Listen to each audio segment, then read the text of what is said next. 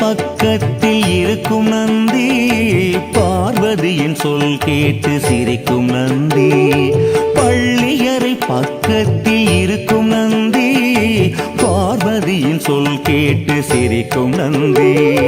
நல்லதொரு ரகசியத்தை காக்கும் நந்தி, நாள்தோறும்